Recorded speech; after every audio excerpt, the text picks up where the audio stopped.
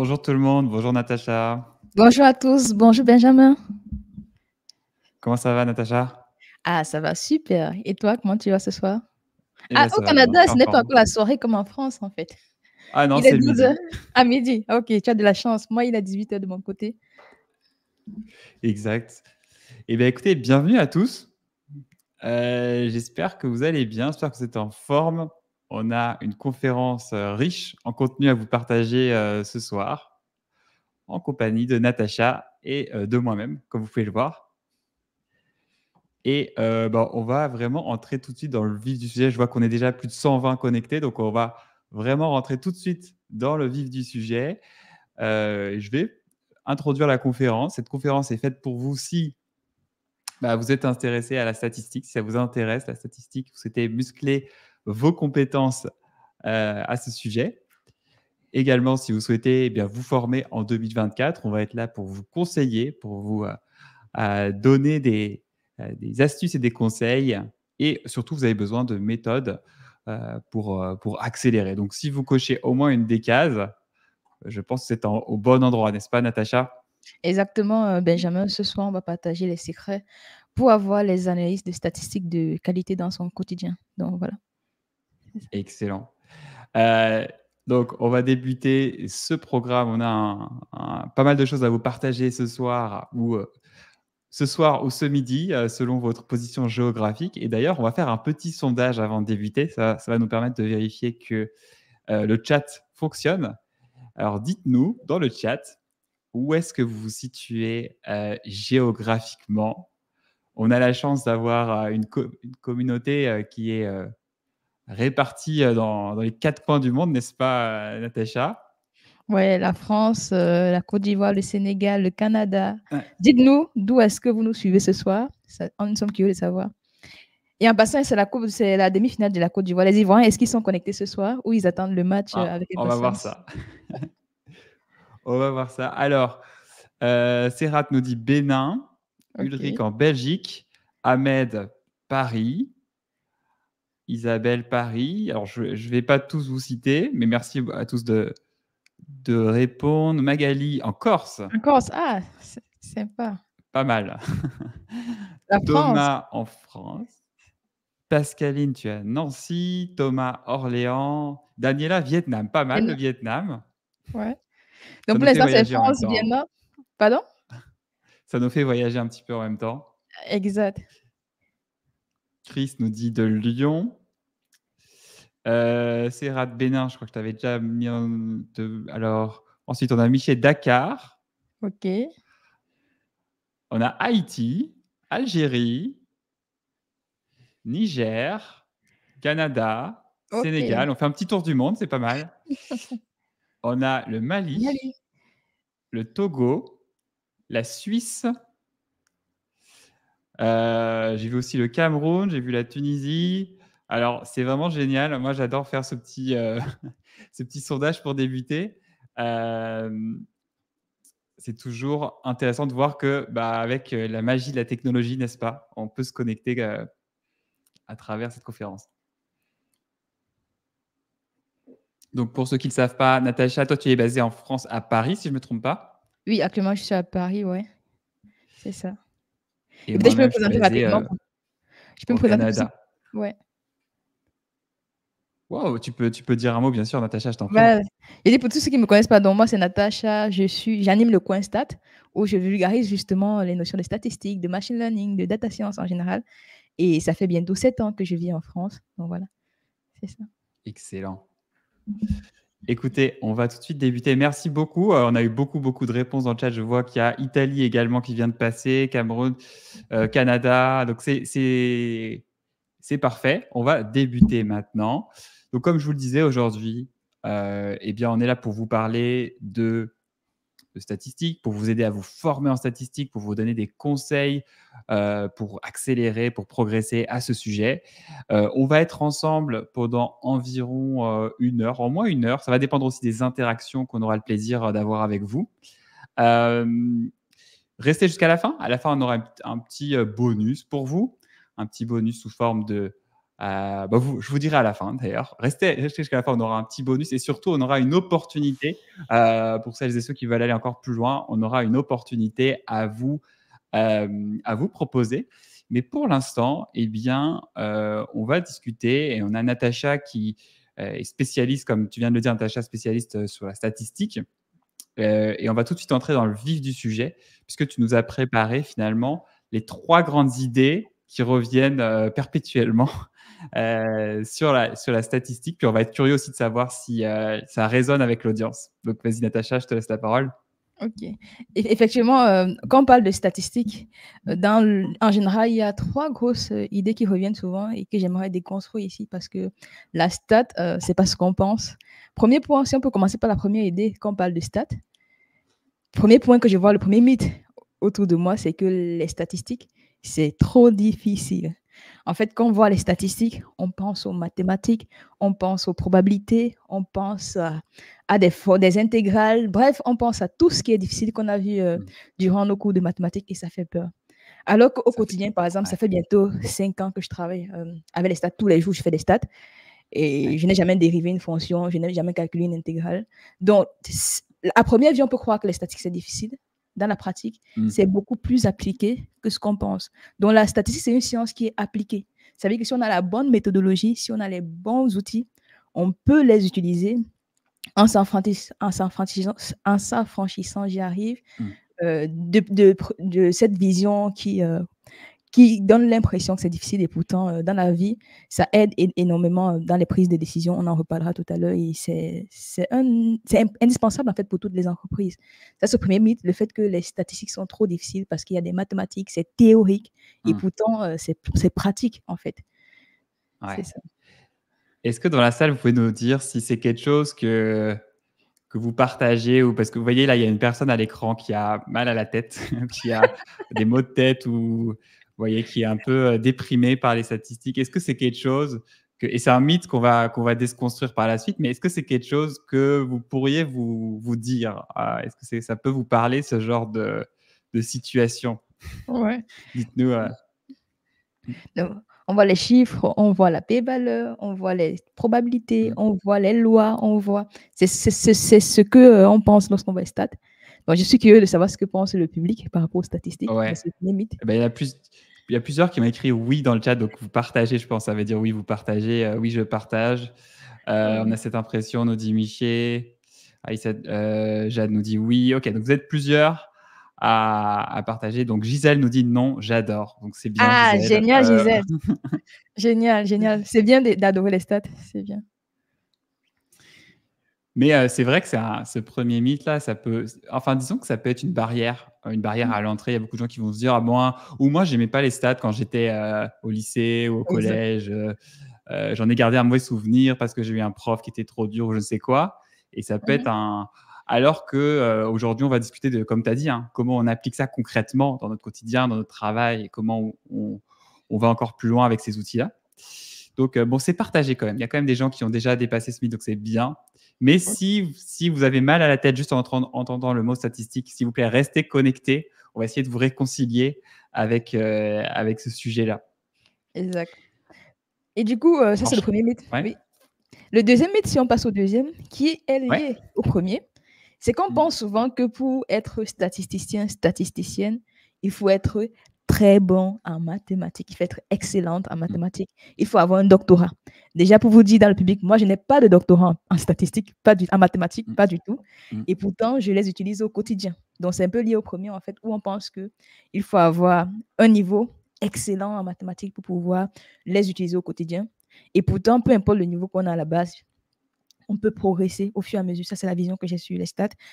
Ça utilise les mathématiques, c'est appliqué. Pas besoin d'avoir un doctorat pour pouvoir travailler avec les statistiques au quotidien. Donc, ça, c'est le deuxième. Est-ce que dans le chat, il y a des personnes qui partagent cette vision-là sur le fait que les statistiques, il faut avoir un très, très, très, très, très, très bon niveau en mathématiques. Il faut aller faire un PhD avant de pouvoir les utiliser. Est-ce que c'est vrai pour vous? Ouais, dites-nous en commentaire. Bah, c'est une vision qu'on peut avoir. On peut se dire, ça reste des mathématiques. Donc, on voit l'écran d'ailleurs. On voit l'écran de cette personne qui est un physicien ou je ne sais quoi, et qui fait des choses très compliquées. Alors que je crois que par la suite, tu vas nous partager des outils qui sont finalement, faut les connaître, faut avoir la méthode, mais il n'y a pas non plus, il n'y a pas besoin non plus d'y passer des mois à étudier le sujet. Il faut avoir la structure, surtout, il faut avoir la méthodologie, il faut avoir les outils nécessaires et la méthodologie pour avancer, en fait. C'est surtout ça. Ok, donc les gens ne partagent pas forcément cette difficulté-là. Si je comprends bien le chat, OK. il faut quand même un bon niveau en maths. Bah, disons que oui, comme on disait, je pense que ça s'improvise pas. Et puis Natacha, tu vas nous en parler. Il y a aussi des Mmh. erreurs, il y a des biais à éviter, il y a toutes sortes de choses à faire attention que tu vas nous parler, dont tu vas nous Mmh. parler. Mais pour l'instant, le chat a l'air ça va. Il partage aussi que c'est un mythe, je pense. Donc c'est Mmh. parfait. Tu vas pouvoir nous Génial. parler de troisième mythe. Le troisième mythe, je pense, c'est le mythe Ouais. qu'on a lorsqu'on a encore on a fait les stats uniquement au lycée. Tu te rappelles au lycée quand on nous apprenait les statistiques, on faisait plus Ouais. les moyennes, les médianes, les écarts Mm. types. Donc on voyait plus les chiffres, en fait. Quand on parle de stats, on voit uniquement les chiffres publiés par qu'on calcule. C'est vrai que lorsqu'on fait les stats, on calcule les chiffres, mais moi, je vois les stats aujourd'hui beaucoup plus que ça, en fait. C'est beaucoup plus puissant qu'un simple chiffre qu'on présente à une personne. Il y a une histoire, il y a toute une méthodologie derrière et il y a un impact réel dans la vraie vie. Donc, les stats, c'est pas seulement le taux de mortalité. Bon, c'est pas un bon exemple, non. Le taux de scolarisation, c'est pas seulement ça, en fait. Mm. C'est beaucoup plus que ça. Dans la vraie vie, on va aller beaucoup plus loin. On en parlera juste après. Donc, quand on parle de stats, ne voyez pas seulement les chiffres qu'on a calculés. C'est une méthodologie, c'est une histoire qui peut avoir un impact sur le business. Donc, c'est le troisième mythe que je voulais déconstruire ici. Quand on parle de statistiques, on ne parle pas de les stats d'un footballeur, ça fait partie des stats, mais c'est beaucoup plus que ça, en fait. C'est ça. Ouais, exact. Puis ça s'applique à énormément. Enfin, je crois que tu vas nous en parler. Ça s'applique à énormément de domaines. Donc, ce qui est Mhm. intéressant, c'est que quel que soit votre domaine aujourd'hui, peut-être dans la finance, dans la comptabilité, dans le marketing, dans ce que vous voulez, c'est plus des outils, c'est une nouvelle corde à votre arc, si je puis dire, ou des outils additionnels, des approches, des méthodos que vous allez pouvoir mettre en place. Et le but, comme tu as dit, c'est pas de remplir des tableurs Excel de moyenne et de ce que vous voulez, mais Ouais. c'est plutôt on a des questions qui se posent dans nos projets, dans le business, on a des questions, on a besoin de répondre et parfois, ça peut être des approches qu'on va utiliser, qu'on va solliciter. Ouais. Et même quand on regarde la définition théorique des statistiques, Mm. la stat, en fait, c'est une science qui va consister, en fait, collecter, traiter, analyser la donnée pour pouvoir Mm. aider à prendre des décisions. Donc, tu vois, il y a Mm. beaucoup, c'est pas juste le chiffre final, il y a la phase de collecte, il y a la phase de traitement, il y a la phase d'analyse et il y a la phase aide à la prise de décision. Donc, à chaque fois Mm. qu'on calcule des stats, pas calculer, mais lorsqu'on fait des statistiques, l'objectif derrière, in fine, c'est aider à prendre des décisions, peu importe le secteur d'activité. Excellent. Puis, ça rejoint ce que nous dit à l'instant Damien, nous dit les stats vont au-delà des chiffres puisque ça permet d'aider à la prise de décision. Donc, je pense on est aligné sur ce point. Et Michel nous dit il y a les chiffres, mais derrière, il faut une explication. Donc, tout ça, je pense on est alignés les uns et les autres là-dessus. Génial. OK. Donc là, on vient de déconstruire les 3 plus gros mythes. Si dans le chat, vous voyez d'autres mythes sur les stats, n'hésitez pas à les mettre. Comme ça, on peut échanger. Mais le premier mythe, déjà, c'est le fait que ce soit très difficile. C'est réservé aux personnes particulières. C'est très difficile. Le deuxième mythe, c'est qu'il faut avoir un doctorat en mathématiques. C'est vrai, les maths, c'est important. Mais les stats, c'est beaucoup plus que ça. Troisième mythe, les stats, c'est juste les chiffres. Non. On collecte les données, on les analyse, on les traite. On va aider à prendre des décisions pertinentes. C'est ça les 3 principaux. 3 points importants à savoir sur les statistiques.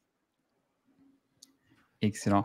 Alors, une fois qu'on est passé au-delà de ces mythes et qu'on se dit oui, ça m'intéresse la statistique, parce que on est en 2024, on va pas se mentir, tout le monde parle d'intelligence artificielle plus que jamais, même ça fait longtemps qu'on en parle de data science, d'intelligence artificielle, mais là, on dirait qu'avec avec l'arrivée de ChatGPT, ça a remis une pièce dans la machine et Ouais. qu'on en parle plus que, plus que jamais. Et c'est vrai que pour beaucoup, beaucoup de métiers, ça devient très intéressant aujourd'hui en 2024 justement de se former ou de se remettre à la statistique. Parfois, on en a fait il y a des années. Ça peut être intéressant de se remettre justement à la statistique. Et là, la question que peut-être il y en a qui se posent, et puis moi je te la pose, Natacha, c'est en fait en quoi les statistiques sont-elles incontournables en 2024? Pourquoi finalement se former? Ce serait quoi les raisons? Je crois que tu as 4 raisons que tu vas nous évoquer là-dessus. Ouais. En fait, pour moi, aujourd'hui, la stat, c'est le cœur de l'économie. C'est vraiment le cœur de tout, que ce soit l'intelligence artificielle. Et il y a 4 grosses raisons que je mets en avant pourquoi tout le monde Ouais. doit connaître les statistiques en 2024. La première, si tu peux l'afficher juste à l'écran, la première, c'est que la statistique est utilisée par les business pour prendre des décisions. Peu importe le business dans lequel vous êtes aujourd'hui, il faut prendre des décisions sur la base de chiffres. Parce que si vous souhaitez, je prends juste un exemple simple, vous avez une entreprise, si vous ne comprenez pas comment est-ce que le chiffre d'affaires évolue, comment est-ce que le nombre de clients évolue, vous ne pouvez pas piloter votre entreprise. Juste à ce niveau-là, ça permet de prendre des décisions efficaces. On a eu le coronavirus, en fait, c'était en 2020-2021, pour pouvoir développer les vaccins. Il faut bien analyser, en fait, les vaccins, il faut analyser leur efficacité et la statistique joue un rôle incontournable à ce niveau-là. Peu importe le secteur d'activité, peu importe l'industrie, on doit prendre des décisions chiffrées. Et quand vous écoutez, par exemple, les politiciens à la télé, à la radio, à chaque fois qu'on va parler de quelque chose, on va mettre en avant un chiffre pour pouvoir, avant de conclure. Donc, en soi, la stat s'applique véritablement à tous les domaines d'activité. Ça, c'est la première point. C'est utile pour prendre les décisions. Si on passe à la deuxième raison, ce qui est lié à la première, c'est qu'avec les statistiques, on apporte des décisions qui sont rigoureuses. C'est précis, c'est concis et on sait où on va en fait. Donc voilà à peu près 2 principales raisons. Et si on passe à la troisième qui va intéresser ceux qui nous suivent ce soir, c'est justement que la statistique, c'est la compétence de base pour tous les métiers d'analyse de données. Que vous soyez data scientist, data analyst. Moi, je vois souvent dire sur Internet, pour être data analyst, il faut maîtriser SQL, on dit souvent SQL, Power BI, Tableau. Mais pour réaliser les tableaux de bord avec Power BI et Tableau, ce sont des chiffres qu'on manipule. Ce sont des grandeurs, on va calculer des moyennes, on va calculer des médianes. Donc, il faut comprendre tous les indicateurs qu'on met en avant. Et donc, avant d'apprendre Power BI, avant d'apprendre Tableau, avant d'apprendre R, avant d'apprendre Python, apprenez les statistiques. Parce que c'est grâce à ça qu'on comprend au quotidien ce qu'on fait. Donc, clairement, déjà, ça, c'est l'une des raisons incontournables. C'est la base de tous les métiers, que vous soyez data analyst, business analyst, data scientist, data engineer dans une moindre mesure, mais voilà, c'est le socle commun. Et enfin, si on passe à la quatrième raison, c'est que c'est vraiment le tremplin pour l'IA et le machine learning. Avant, par exemple, lorsqu'on développe des modèles de machine learning et d'IA, on fonctionne toujours de façon structurée, en fait. Et avant de faire un modèle sophistiqué, il faut toujours se demander, est-ce que des analyses descriptives peuvent nous aider à répondre à la question? Est-ce que les analyses inférentielles peuvent nous aider à répondre à la question? C'est-à-dire, est-ce que si on met en place des tests pour confirmer ou infirmer une hypothèse qu'on a déjà, est-ce que ce n'est pas suffisant? Donc, avant de faire de l'IA très poussée, avant de faire des modèles de machine learning, commencez par des analyses statistiques. Je vais prendre mon cas. Aujourd'hui, je travaille principalement avec des banques, le secteur bancaire.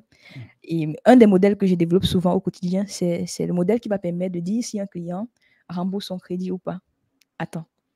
Avant de développer ce modèle, je commence toujours par les stats. Je ne vais jamais faire un modèle poussé sans faire des statistiques, en fait. Donc, voilà les 4 raisons. Excellent. Dites-nous dans le chat si ces raisons-là, elles vous parlent. Peut-être il y en a une qui vous parle, 2 qui vous parlent, ou les 4 vous parlent. Mais là, on va être très curieux de savoir, est-ce que c'est des choses qui, dans votre quotidien, puis on sait que vous venez tous d'horizons différents et vous avez tous des métiers un petit peu différents, mais dites-nous si ça vous parle, ces sujets-là, ou s'il y en a un qui vous parle plus que les autres.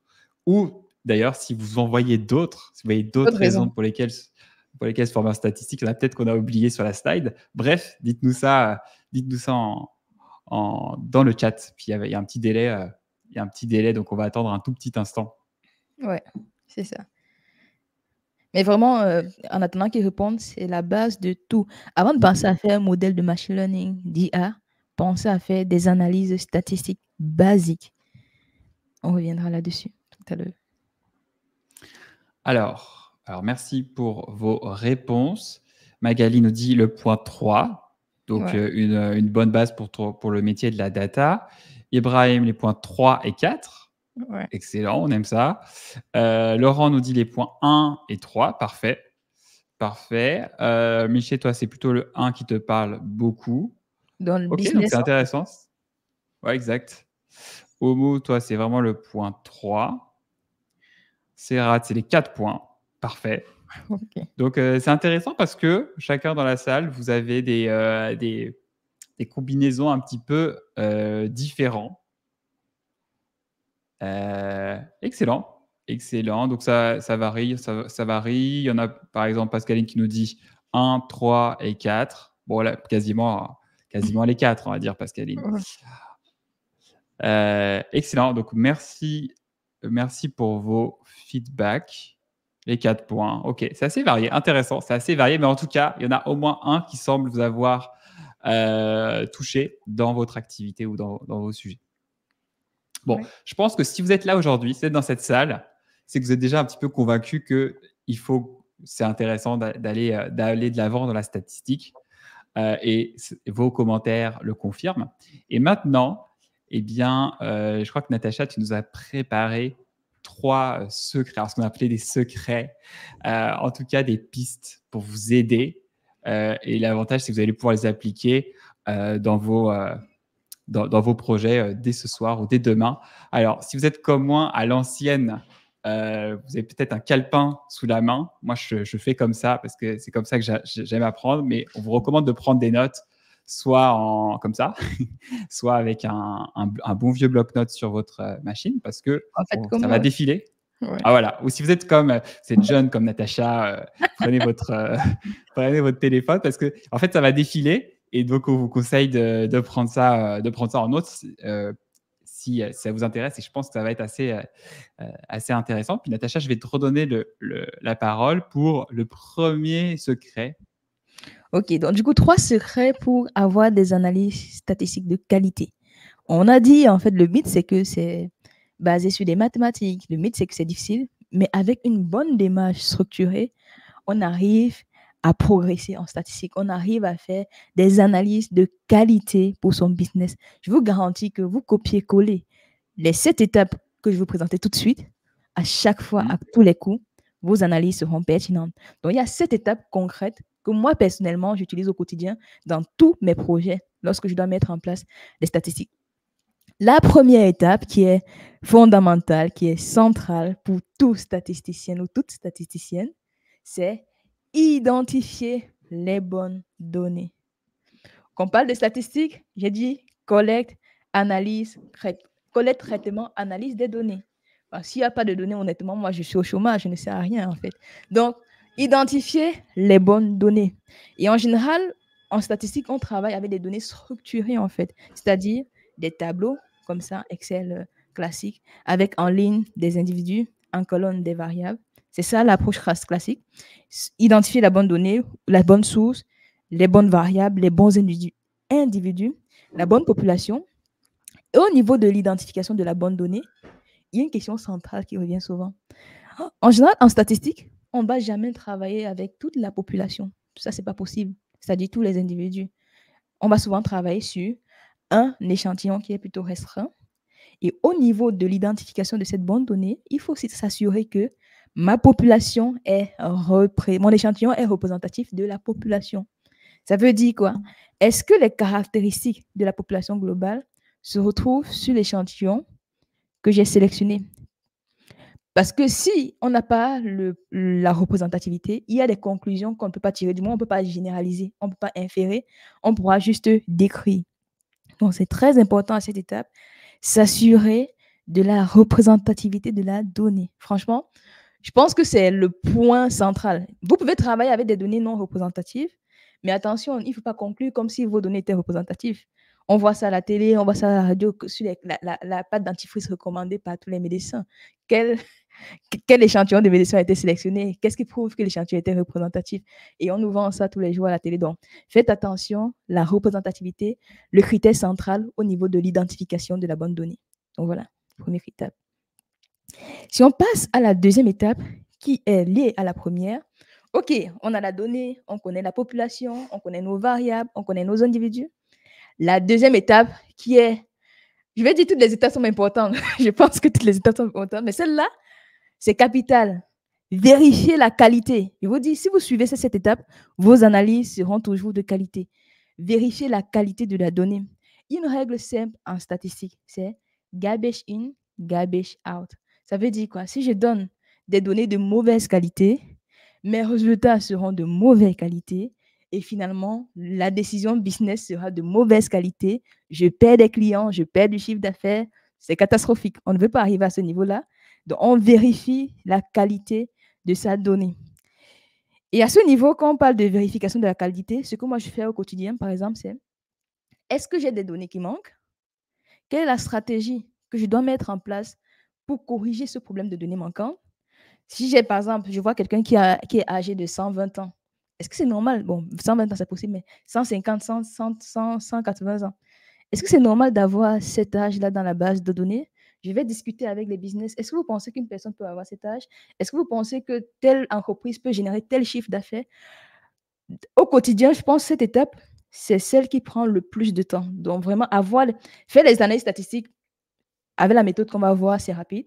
Mais cette étape, ça nécessite de discuter avec les métiers, de discuter avec l'IT qui est responsable de donner les sources d'information, identifier la golden source, comprendre la variable. Parce que comme on a dit au début, les stats, ce n'est pas juste les chiffres. Il y a une histoire, il y a un métier en fait derrière de comprendre le bien fondé de la variable qu'on analyse. Donc cette étape, franchement, c'est à ce niveau-là qu'on perd beaucoup de personnes. Donc rassurez-vous d'avoir toujours des données de qualité. Qualité, j'ai parlé de valeur manquante. Donc, on se rassure que les données manquantes sont normales. On parle aussi souvent de ce qu'on appelle les données aberrantes. Ça veut dire quoi? Est-ce que dans ma base de données, on a des données qui sortent complètement le lot? Parce que c'est important de les analyser. Ça peut biaiser les conclusions. L'exemple que j'aime prendre à ce niveau, c'est, imaginez-vous, nous sommes dans une salle. Il y a nous, les data scientists, data analysts dans la salle. On a un joueur comme Kylian Mbappé parmi nous. Il y a peut-être 30 personnes plus que Kylian Mbappé. On fait la moyenne des salaires. On calcule la moyenne. Bon, je ne sais pas quel est le salaire de Kylian Mbappé, mais ça va tirer la moyenne vers le haut, en fait, tu vois. Et ça biaise complètement l'analyse, d'où l'important de vérifier la qualité des données. Voilà. OK. On a vérifié la qualité des données. On a nos bonnes données. Troisième étape, avant de faire... En fait, moi, je dis toujours qu'en statistique, il ne faut jamais faire des choses sophistiquées tant qu'on n'a pas fait la base. On progresse, on évolue toujours de façon graduelle. On commence tout doucement. C'est pour ça que moi, je recommande. Faites toujours des analyses univariées. De façon simple, qu'est-ce que c'est? Ça veut dire, si j'ai des variables qualitatives, je dois savoir quelle est la modalité la plus représentée. Je travaille sur des clients qui ont pas un certain niveau d'études. Est-ce qu'il y a majoritairement des personnes qui ont un Master 2? Est-ce qu'il y a majoritairement des personnes qui ont un Bac plus 3? Est-ce qu'il y a des personnes qui n'ont pas fréquenté? Donc, prenez le temps de bien comprendre vos données. Donc, et surtout à ce niveau, choisir le bon indicateur. Moi, il y a une phrase que mon professeur de statistique m'a dit, je crois que c'était en 2000, ça fait longtemps déjà, mais j'ai conservé ça là, parce que c'est basique, on ne calcule pas la moyenne sur des variables qualitatives. Je te dis ça, Benjamin, tu vas croire que c'est banal comme conseil, mais dans la pratique, j'ai vu des projets concrets dans des grandes entreprises où on a calculé des moyennes sur des variables qualitatives. Pourquoi? Parce que dans la pratique, en fait, on fait ce qu'on appelle de la recodification des variables. On remplace, par exemple, si on a le genre sexe féminin, on va mettre 1, masculin, on va mettre 2, autre, on va mettre 3, et on va calculer la moyenne.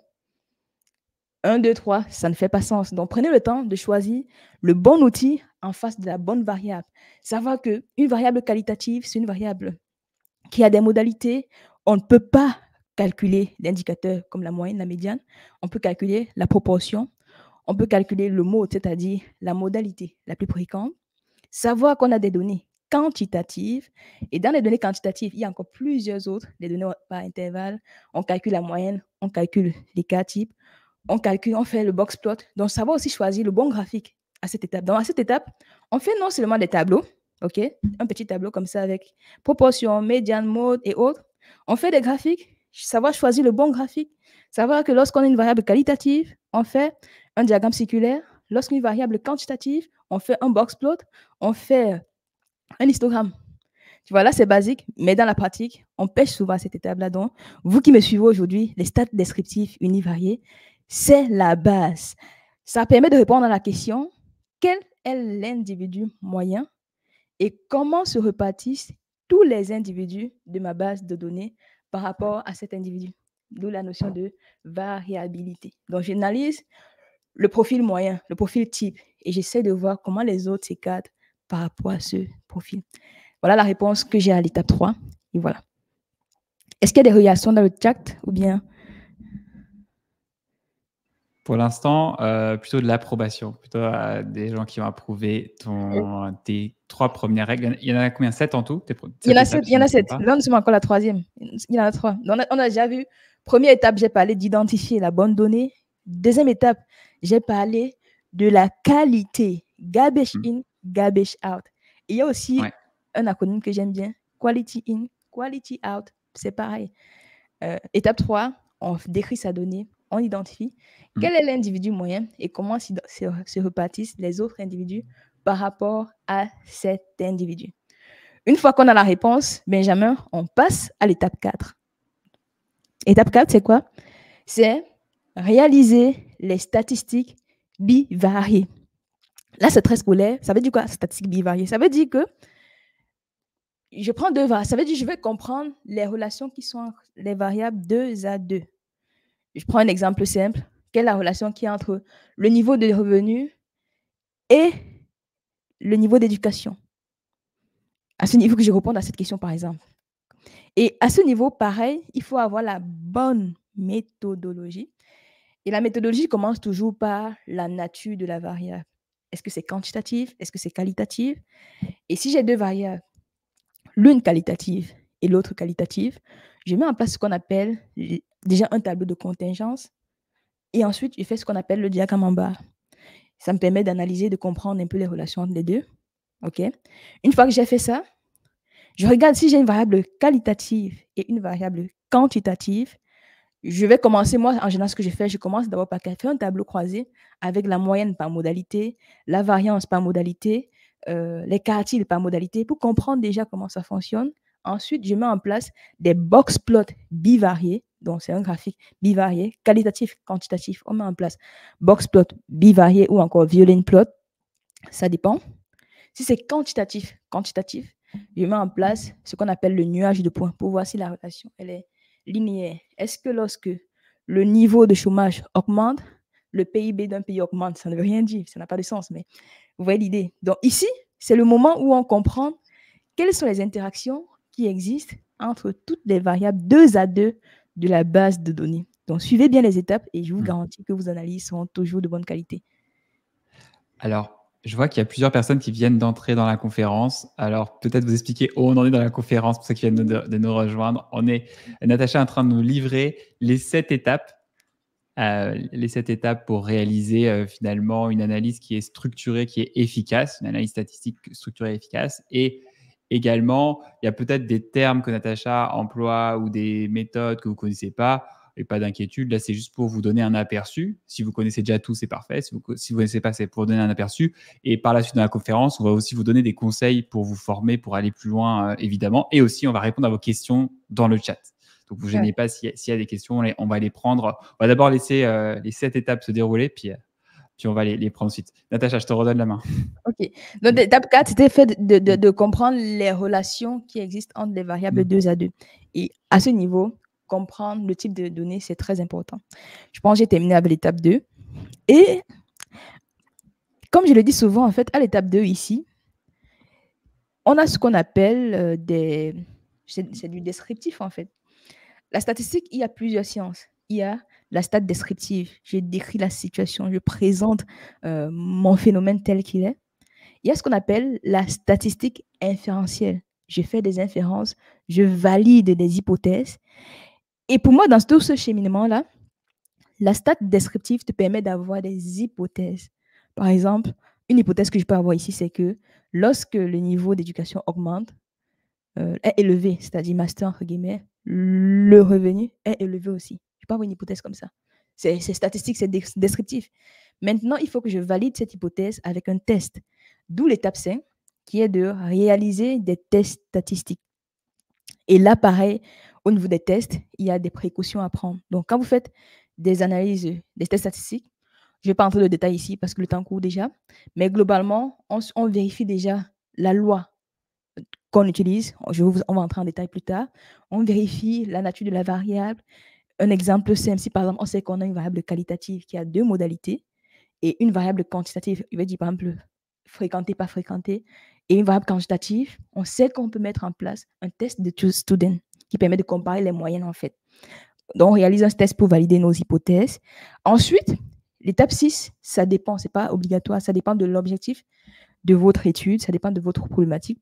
À l'étape 6, ici, on va mettre en place ce qu'on appelle les analyses multivariées, c'est-à-dire comprendre des relations multidimensionnelles entre des variables. L'analyse bivariée nous donne des relations 2 à 2. Donc, lorsque le niveau de revenu augmente, la classe d'âge augmente aussi. Par exemple, les personnes âgées gagnent beaucoup plus que les jeunes. C'est ce qu'on a sur le plan bivarié. Sur le plan multivarié ici, vous aurez des relations entre des variables simultanément. On aura des trucs comme lorsque le niveau de revenu augmente, l'âge augmente également, le statut matrimonial change. Alors, on a des relations entre plusieurs variables et on peut mieux les visualiser. Et c'est à cette étape qu'on réalise ce type d'analyse. Et enfin, l'étape 7, et celle-là, elle est optionnelle, c'est de mettre en place des modèles. Stat descriptive, stat inférentielle pour valider nos hypothèses et la stat prédictive pour faire des prédictions. Quel sera le chiffre d'affaires du mois prochain? Quel sera le chiffre d'affaires de l'année prochaine? Et c'est à ce niveau-là qu'on met en place soit un modèle statistique, soit on fait ce qu'on appelle du clustering. Ça, c'est une autre problématique. À cette étape-là, vous ne me demandez pas quel est le chiffre d'affaires de l'année prochaine, mais plutôt dans ma base de données des clients, quels sont les clients qui se ressemblent en fait en fonction de leurs caractéristiques? Est-ce que je peux les grouper en clients qui sont les thèmes techniques homogènes, avec les clients qui se ressemblent en fait. Donc, dans un groupe, on a des clients qui se ressemblent et à l'extérieur, on a des clients qui sont différents. Par exemple, dans un groupe, on peut avoir des personnes qui sont des footballeurs et dans un autre, on a des data scientists, par exemple, parce qu'ils ne sont pas pareils. Donc, voilà les 7 étapes clés, je vous garantis. Suivez cette étape à chaque fois. Moi, c'est ce que j'utilise. Suivez cette étape de façon rigoureuse. Ça sera mécanique, en fait. Plus vous allez les faire, plus vous allez les intégrer, en fait, tout simplement. Suivez cette étape et vous aurez des analyses de qualité. Est-ce qu'il y a des personnes de chat qui suivent souvent cette étape?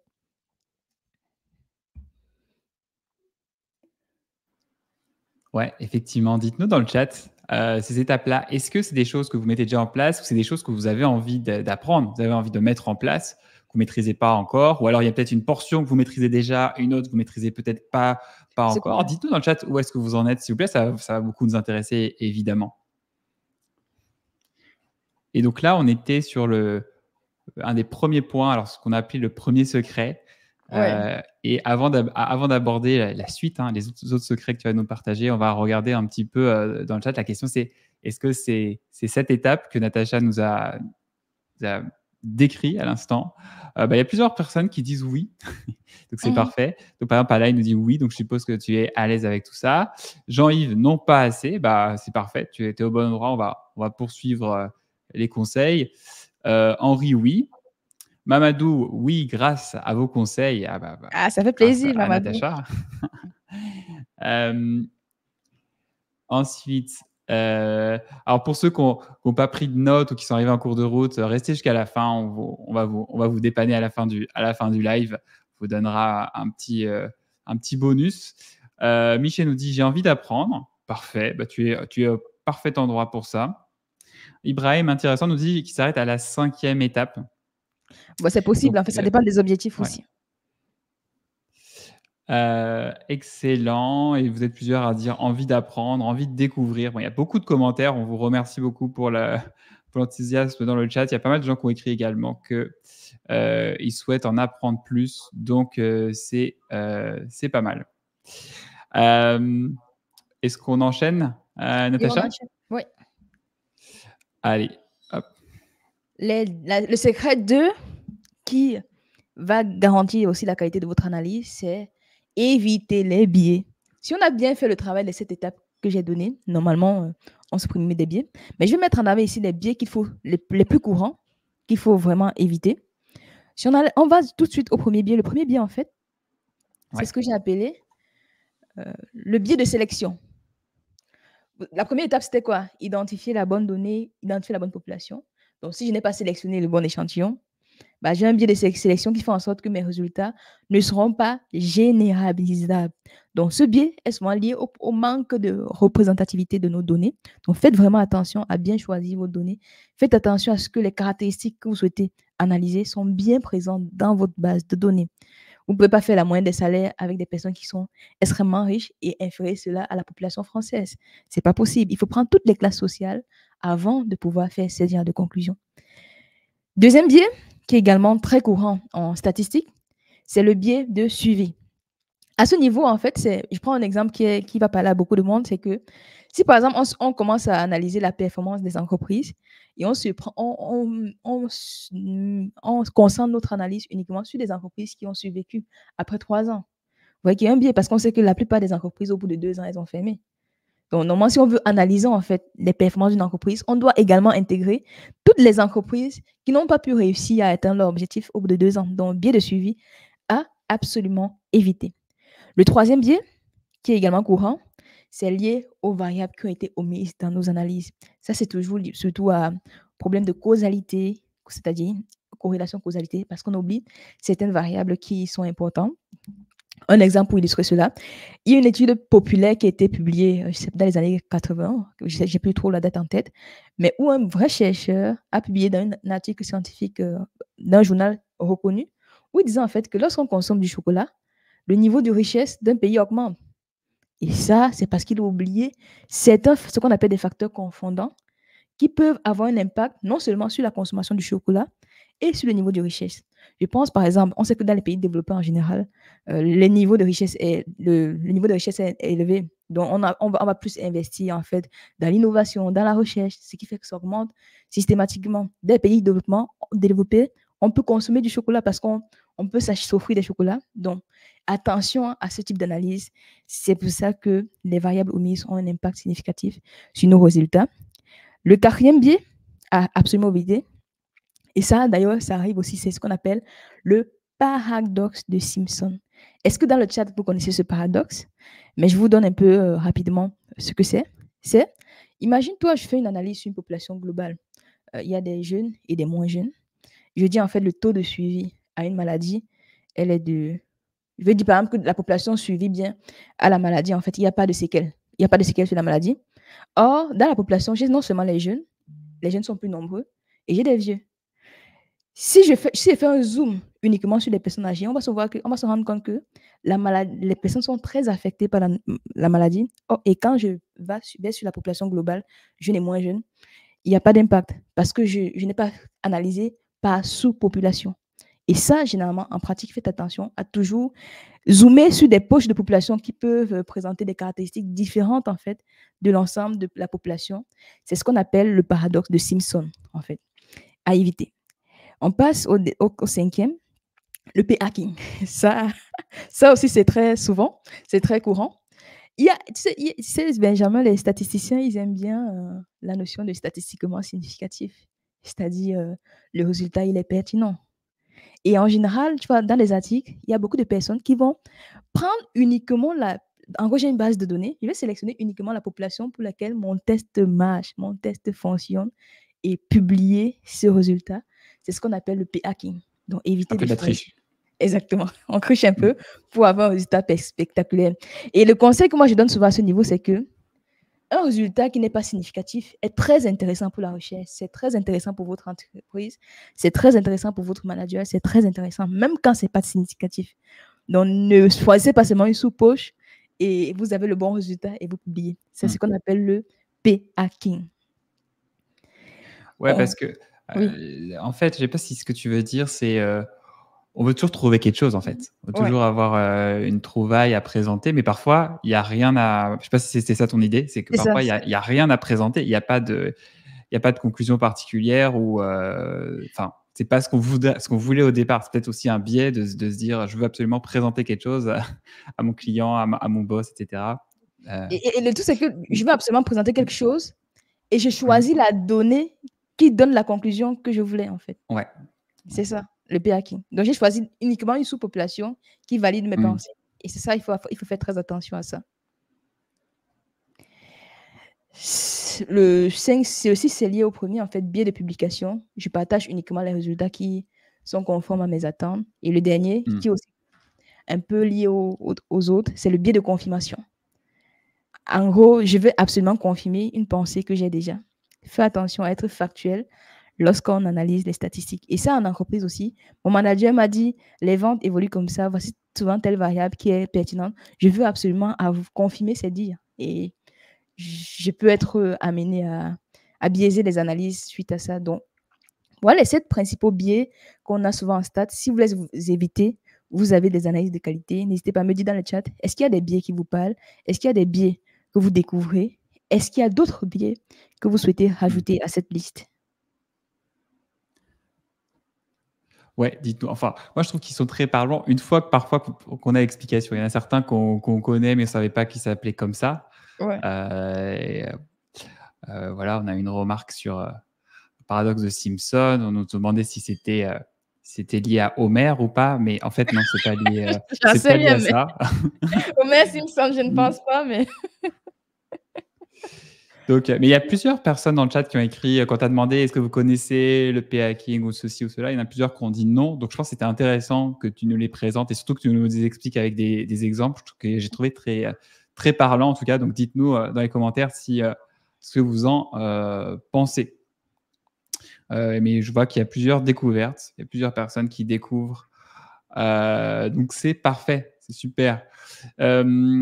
Dans quelques instants, on va vous donner des conseils sur comment se former, parce que tout ça, c'est bien beau, mais ça reste théorique. Comment on fait pour passer à l'action en 2024 pour se former? On va vous partager des conseils dans quelques instants. Mais avant, il y a un point qui est quand même très important, qui est la question de l'outillage. ouais. Alors, bon, faut quand même dire que l'outil est en quelque sorte secondaire. L'outil est un outil, l'outil reste un outil. Enfin, je ne sais pas si tu vas le dire comme ça, Natacha. Moi, je dirais que le plus important, c'est la démarche, c'est la méthodo. Et puis l'outil, c'est plus une conséquence, une façon de mettre en place les choses. Mais évidemment, on ne peut pas faire cette conférence sans vous parler des outils que nous, on utilise au quotidien. N'est-ce pas, Natacha? Ouais. Exactement comme tu l'as si bien dit, Benjamin. L'outil, ça reste l'outil. Il faut aussi savoir que les outils, ça change tout le temps.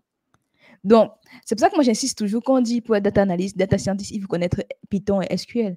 C'est vrai, mais il y a une science derrière qu'il faut maîtriser. Parce que quand je maîtrise la science, je peux naviguer dans tous les outils comme je le souhaite. Aujourd'hui, moi, les outils que je recommande pour faire des statistiques, le premier outil pour faire les stats en 2024, qui est très pertinent, c'est le logiciel R. R, c'est vraiment le langage de cœur de tous les statisticiens et statisticiennes parce que ça a été développé spécialement pour faire des stats, pour faire de belles visualisations. Vous avez ggplot, pour faire des tests statistiques dont j'ai parlé tout à l'heure, pour faire des modèles statistiques avec la rigueur nécessaire. Franchement, en R, aujourd'hui, il y a tout ce qu'il faut pour pouvoir avoir des travaux de qualité. Et au quotidien, moi, j'utilise R pour faire des statistiques.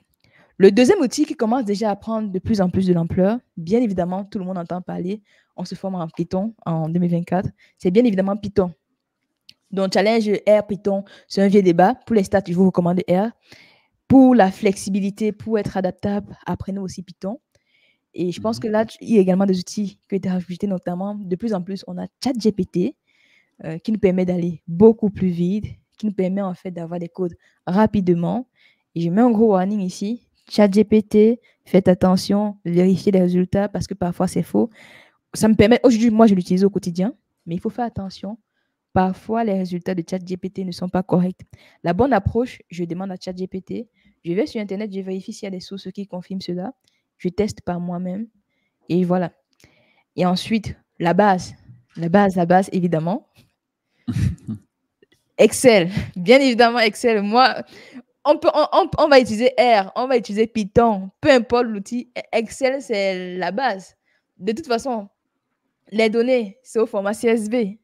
Quand je veux avoir des analyses rapides, je commence par Excel avant de faire des analyses plus sophistiquées en R ou Python. Donc, Excel, apprenez Excel en 2024 aussi. C'est très, en tout cas, en stat, Excel reste un outil à utiliser.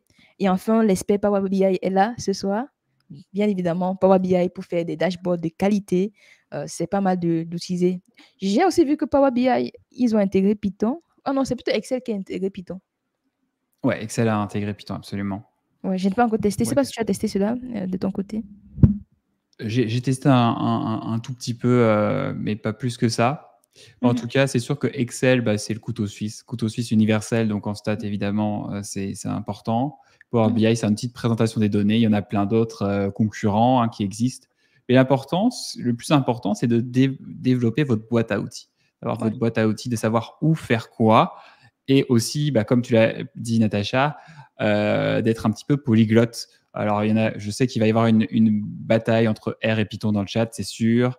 Mais l'idée, c'est aussi d'être un peu flexible parce que parfois, il y a des clients, ils travaillent sur R historiquement, ou ils travaillent sur Python historiquement, ou ils travaillent sur tel ou tel outil. Donc, c'est bien aussi d'avoir une certaine flexibilité, de ne pas dire, moi, je fais Python, puis je fais rien d'autre. Là, c'est pas forcément la bonne approche, surtout que ça évolue tellement vite, toutes ces technologies. Cela étant, dites-nous dans le chat, même si je vois que le combat a déjà commencé, dites-nous dans le Ça chat commence? qu'est-ce que vous préférez, quel est vos... Oui, ça a commencé. Alors, on va en prendre quelques-uns et après, on a encore pas mal de choses à vous partager. Donc, Adama nous dit R pour la stat, Python pour le machine learning. Ok. Serrat nous dit n'oublions pas SPSS. Effectivement, j'ai même pas parlé de SAS aussi, Serhat. J'ai pas parlé de SAS, j'ai pas parlé de Stata, j'ai pas parlé de quoi d'autre? MATLAB, non, MATLAB peut-être pas. Laurent nous dit les deux, Python sur Power BI, Python sur Excel, exactement. Frédéric nous demande et MATLAB. Je n'ai jamais utilisé MATLAB, Frédéric. Aujourd'hui, quand on parle de stats, on parle surtout de R. SPSS, ça commence déjà à disparaître. Nathalie nous dit et Tableau. Oui, Tableau existe aussi. En fait, le point, c'est de rester ouvert et puis de développer vos outils. Et alors, Jean-Yves nous dit Python pour l'iterate. Bon, alors toi, Jean-Yves, je pense que tu as suivi un live de Natacha et sur les itérations peut-être. Mais Python pour ça et pour bien plus. En effet, bon, alors on va pas tous vous citer, mais voilà, vous avez tous vos outils de préférence et puis ce qui est bien, c'est d'enrichir sa boîte à outils et je pense que c'est plutôt ça le message. Et surtout, quand on comprend les bases, je sais, par exemple, je fais une analyse, je sais déjà ce que je veux. On dit souvent que tout ce qui se conçoit bien s'exprime clairement. C'est la même chose en fait en Ouais, programmation. Si j'ai bien exact. conçu ce que je veux, je vais demander à ChatGPT, donne-moi le code qui permet de faire ça. Et au fur et à mesure, je vais progresser en fait dans le langage. Donc pour moi, le débat sur les outils, il ne faut pas trop qu'on s'éternise là-dessus. Apprenez les bases, choisissez un outil et puis progressez au fur et à mesure. Exactement. Alors, maintenant, eh bien, on va discuter de comment vous aider à vous former et on aura aussi une opportunité pour ceux que ça intéresse. Mais d'abord, j'aimerais savoir si vous êtes encore là. Donc, mettez, s'il vous plaît, votre plus belle emoji dans le chat. Envoyez-nous un emoji dans le chat. Par exemple, je vais en envoyer un, moi. Par exemple, je vais envoyer une fusée dans le chat.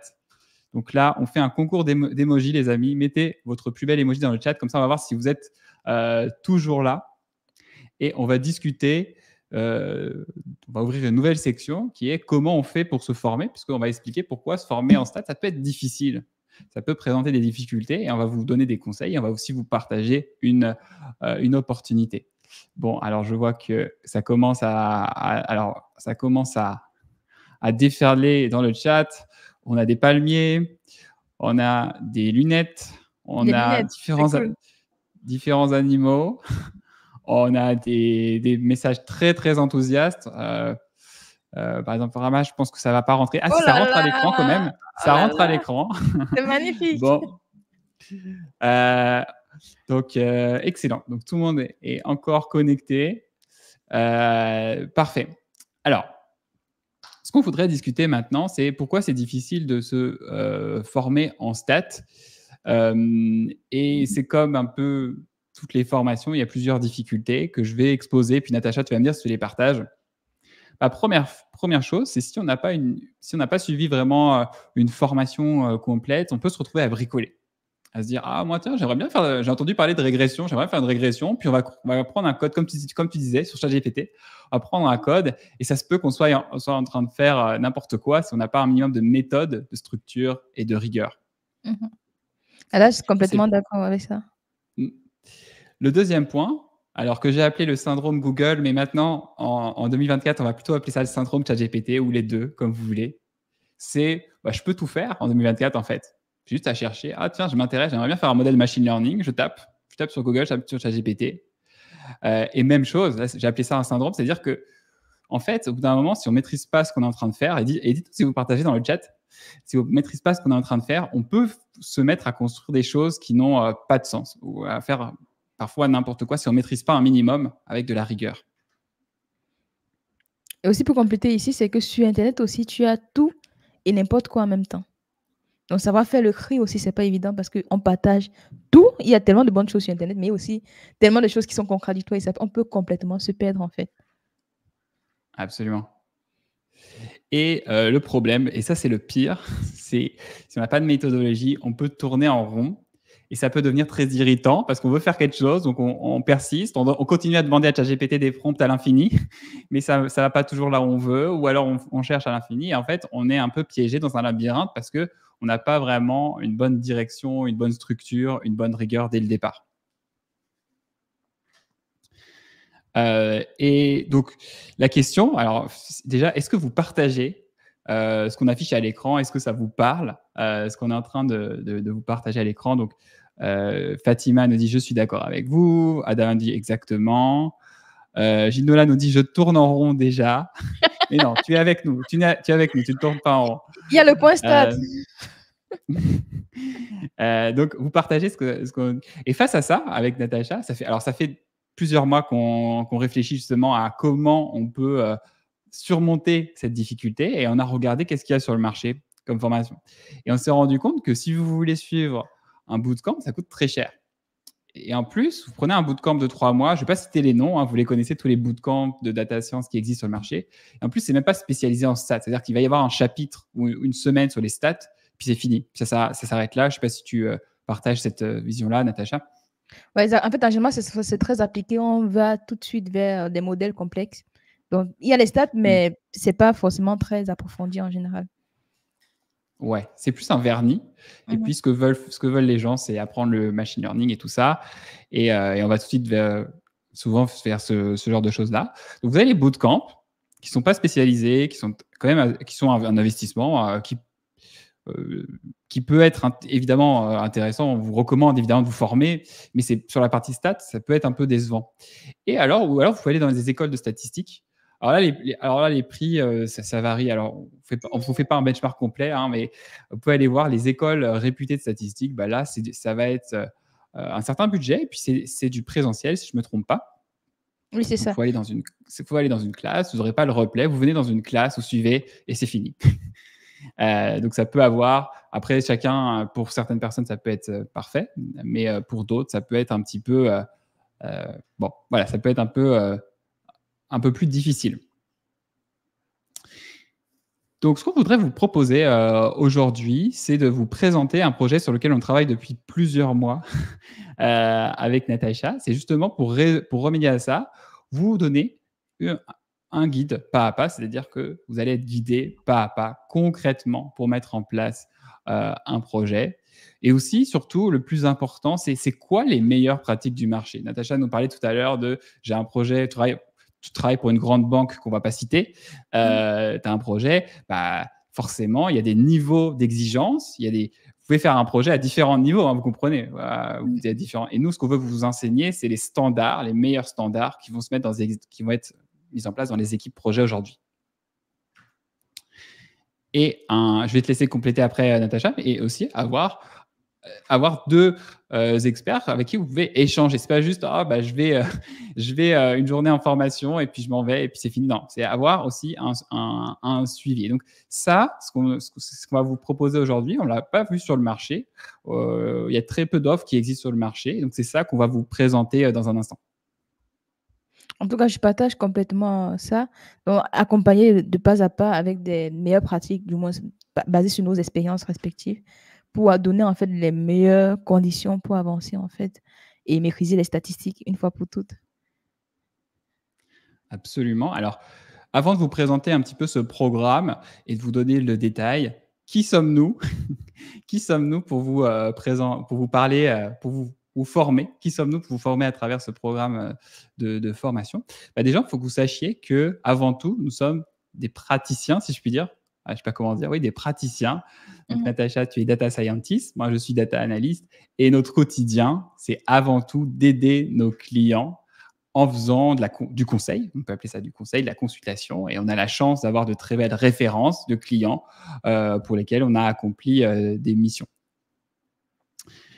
Donc, toute cette expérience qu'on a, une spécificité qu'on a, Natacha et moi, vous le savez sûrement, c'est qu'on aime partager nos connaissances, et donc on intervient dans des écoles, soit des écoles physiques, soit des écoles plus en ligne, comme vous pouvez voir à l'écran. On intervient régulièrement, et surtout, on a développé un partage. Et si vous êtes là, c'est sûrement que vous nous suivez sur LinkedIn ou sur YouTube. D'ailleurs, dites-nous si vous nous suivez sur LinkedIn ou sur YouTube, comment vous nous avez connus. Mais c'est sûrement que vous faites partie de nos communautés. À nous deux, alors on s'amusait à faire la somme de tous nos followers sur les différents réseaux, LinkedIn, YouTube, newsletter. Et on a ce chiffre assez incroyable de 100 000 qui veut tout et rien dire, ce qui est assez abstrait, de 100 000 followers. Mais on est très fiers, évidemment, de fédérer comme ça une communauté, n'est-ce pas, Natacha? Exactement, Benjamin, ça fait toujours un plaisir de partager auprès de toutes ces personnes nos connaissances au quotidien. Donc, on a l'habitude, si vous voulez, de donner des formations, d'accompagner des étudiants. Au total, on forme plus de 1000 personnes. Alors, là, c'est si on met bout à bout toutes nos formations, que ce soit des formations en ligne, des formations en école, des formations en entreprise. Et donc, on est très fiers de tout ce qu'on a déjà construit. Mais aujourd'hui, on veut vous parler d'un projet qu'on a conçu, qu'on conçoit plutôt depuis plusieurs mois, qui est un programme qui s'appuie sur 3 piliers. Et là, je vais vous les afficher. Après, on va vous les détailler et vous expliquer ce qu'il y a dedans. Donc, le premier, c'est Stat Secrets.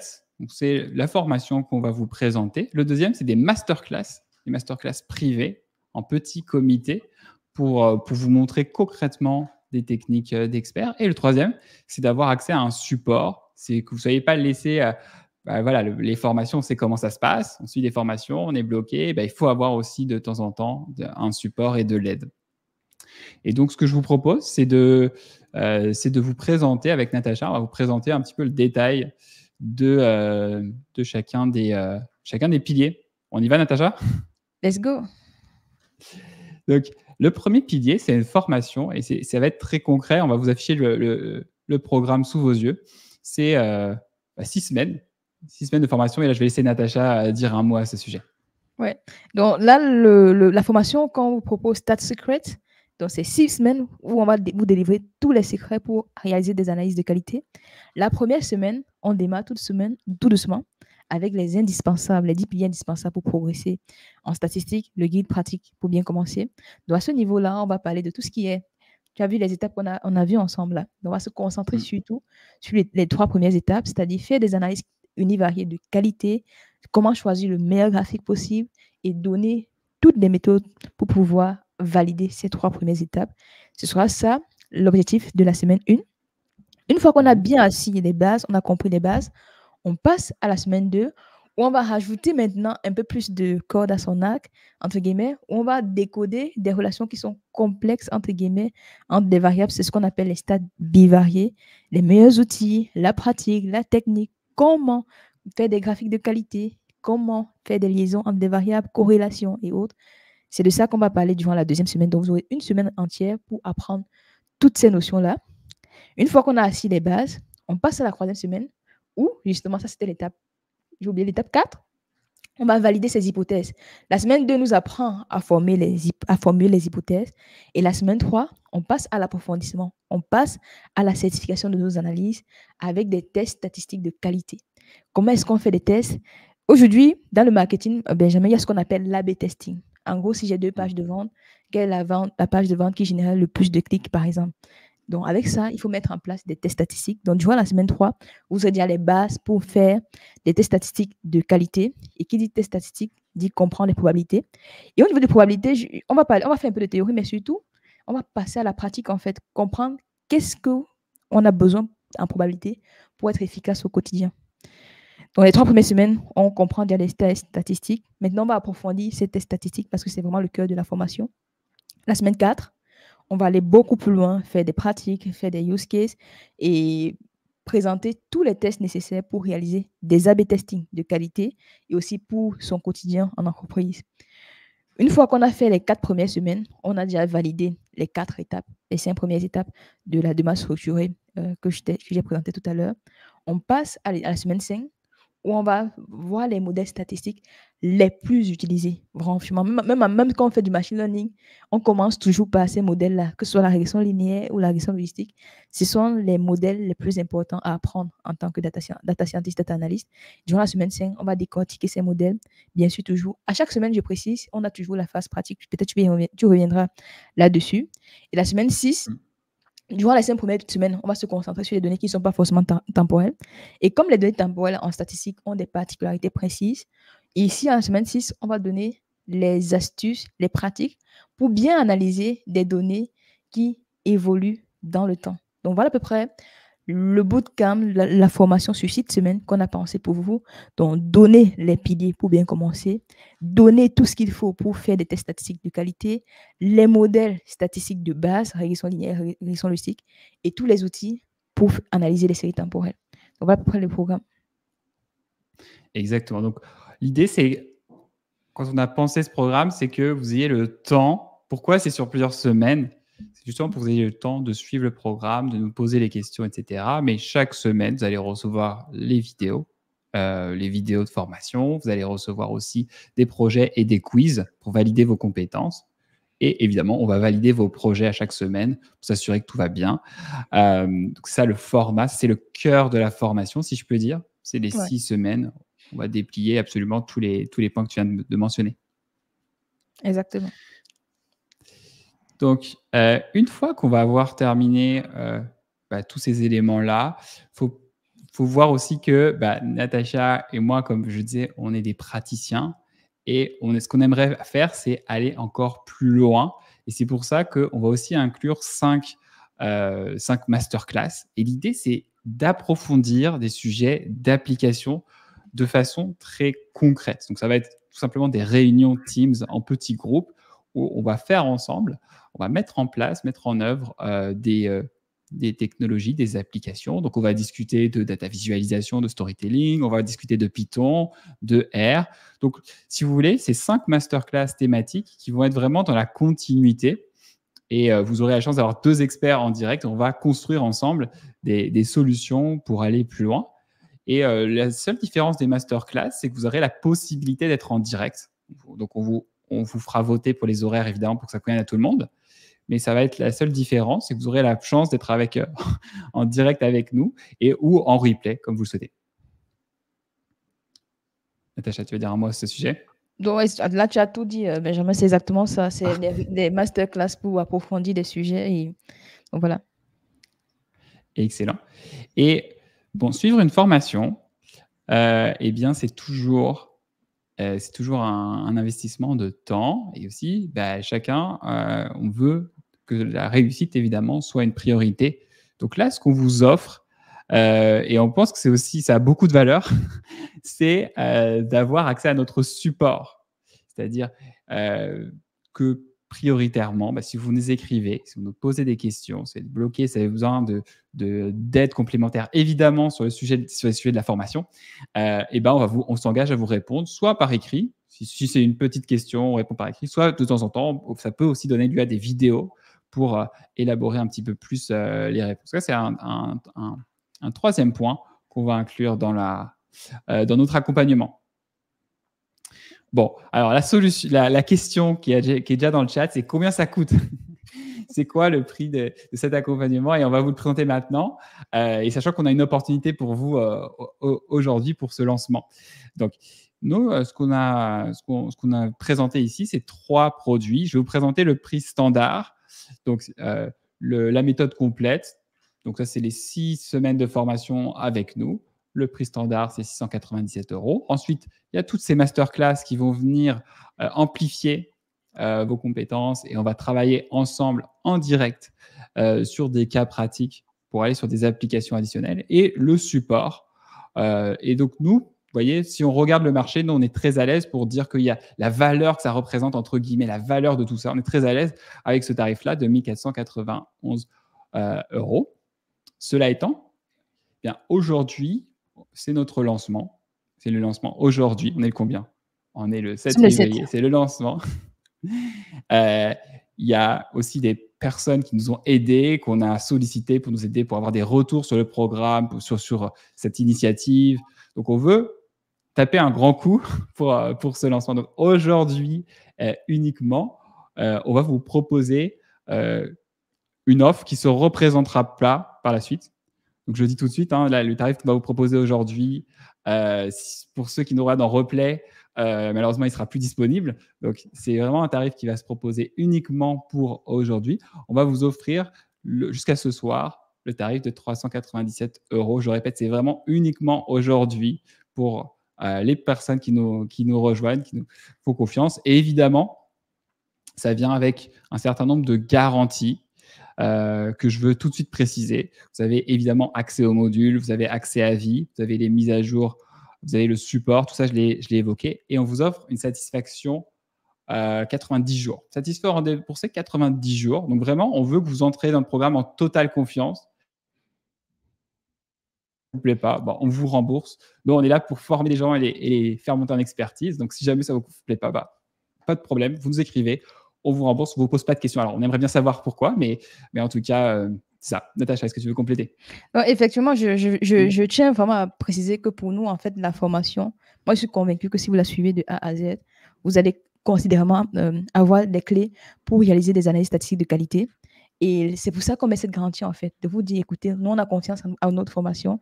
Venez nous rejoindre. 90 jours. C'est 6 semaines. 90 jours, vous avez le temps de la suivre. Donc, vous la suivez. Vous n'êtes pas satisfait. On vous rembourse sans aucune justification. Donc, voilà à peu près ce que vous avez dit là. Vraiment, suivez la formation. Si au bout de 90 jours, vous n'êtes pas satisfait, vous me faites un petit email à Benjamin, à moi, et vous êtes remboursé. Donc, voilà à peu près. Donc, on vous met. Donc, je répète que l'offre d'aujourd'hui, elle va expirer très rapidement. C'est vraiment uniquement aujourd'hui. Donc, si vous voulez rejoindre simplement, je vous mets le lien et on va répondre maintenant à toutes les questions.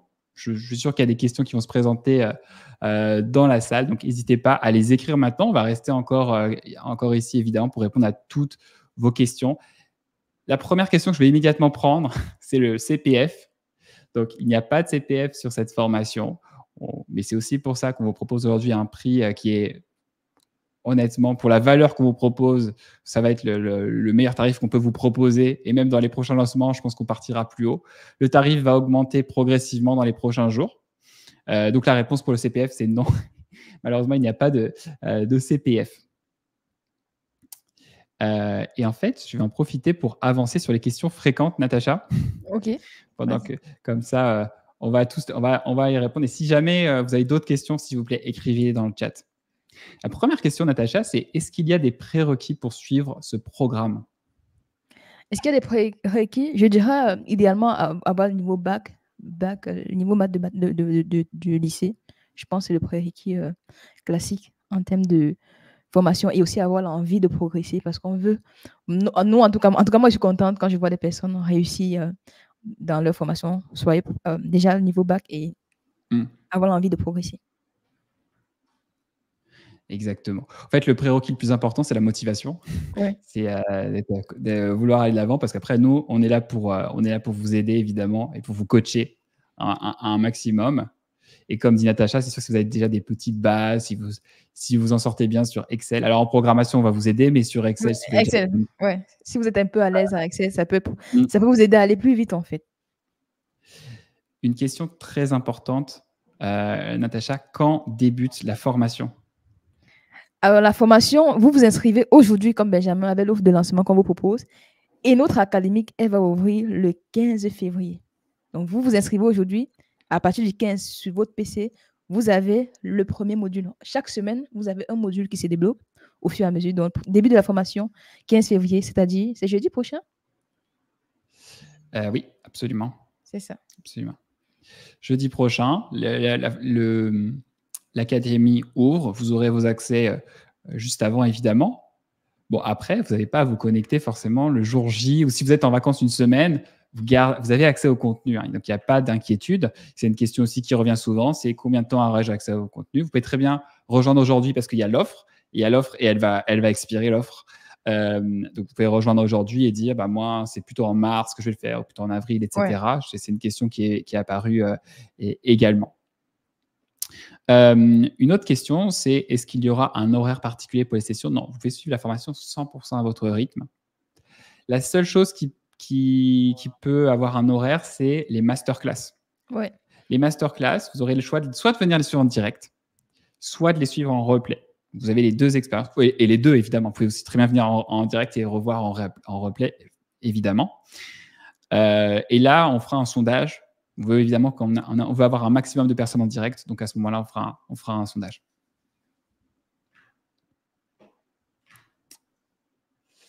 J'enchaîne. Et s'il y a d'autres questions, n'hésitez pas dans le chat. Une autre question qu'on a souvent, c'est est-ce qu'il y aura un certificat? Oui, si vous complétez tous les projets, on vous donnera un petit certificat à la fin qui atteste que vous avez suivi une attestation de suivi de la formation que vous pourrez, si vous le souhaitez, partager, par exemple, sur LinkedIn ou à l'endroit que vous souhaitez. Et une question très importante sur laquelle je veux vraiment qu'on revienne, et Natacha, je te la transmets, c'est que faire si je ne suis pas satisfait du programme? Alors, c'est très simple. Je ne suis pas satisfait. J'ai suivi l'ensemble des modules, j'ai fait mes exercices. Au bout de 90 jours, je contacte Natacha et Benjamin et j'ai mon remboursement. Donc, c'est ça en fait. Donc, vous avez une satisfaction au remboursement au bout de 90 jours. Vous nous contactez et on vous rembourse sans aucune justification. Comme Benjamin l'a dit, ça nous fait toujours plaisir d'avoir des feedbacks, mais vous n'êtes pas obligé de faire de retour là-dessus. Donc, ça commence, pour répondre à la question, je regarde un peu vos questions, s'il vous plaît, continuez à écrire les questions, je vais les prendre au fur et à mesure. Il y a une question de Nadia, vous avez que cette session qui débute le 15 février. En fait, c'est le début de votre accès. C'est votre début d'accès, vous rejoignez, chaque semaine, vous allez recevoir vos contenus. Mais encore une fois, c'est totalement flexible. Ouais. Donc, si vous dites, moi, en février, mi-février, je suis en vacances, il n'y a pas de problème. Vous commencez une semaine plus tard, 2 semaines plus tard. C'est juste sachez que pour les gens qui vont acheter aujourd'hui, puis je vois qu'il y a des gens qui sont en train de nous rejoindre, donc c'est parfait. Simplement, quand vous achetez maintenant, vous allez recevoir une confirmation automatiquement et votre accès va commencer le 15 février. Donc, pour que ce soit clair pour tout le monde, vous achetez aujourd'hui et vous allez... c'est ça. C'est ça. Je vois qu'il y a déjà Fabrice qui nous a rejoint, Dominique, et je vois qu'il y a plusieurs autres personnes qui sont en train de s'inscrire, donc c'est génial. Bienvenue à tous. Et donc, c'est ça. Juste le 15 février, c'est à ce moment-là où ça commence. Vous pouvez vous connecter à la plateforme, commencer le cours et ensuite, vous suivez à votre rythme. Alors, une autre question que je vais te donner, Natacha, c'est combien d'heures de travail ça représente? Par exemple, si on suit en 6 semaines le programme, combien d'heures faut prévoir? De façon globale, en fait, je dirais 2 heures par semaine pour la formation. Ouais. Et bien sûr, comme dans tout, plus vous mettez des heures, plus vous progressez. Donc, mais vraiment minimalement, concentrez 2 heures dans la semaine pour le programme et puis vous progresserez en fait. Ouais. Alors, une autre question, c'est quand ont lieu les masterclass? Donc, il y a d'abord le programme. Le programme va se suivre tranquillement pendant 6 semaines. Vous suivez le programme à votre rythme. Et les masterclass auront lieu, puisqu'elles vont parfois s'appuyer aussi sur des notions qu'on a déjà vues en cours. Les masterclass, c'est pour ça qu'elles vont avoir lieu après l'ensemble de ces sessions. Mais à nouveau, c'est totalement flexible. Vous pouvez aussi suivre ça dans selon votre propre planning. J'espère que c'est clair. Dites-nous s'il y a d'autres questions. Je vais essayer de voir s'il y a d'autres questions.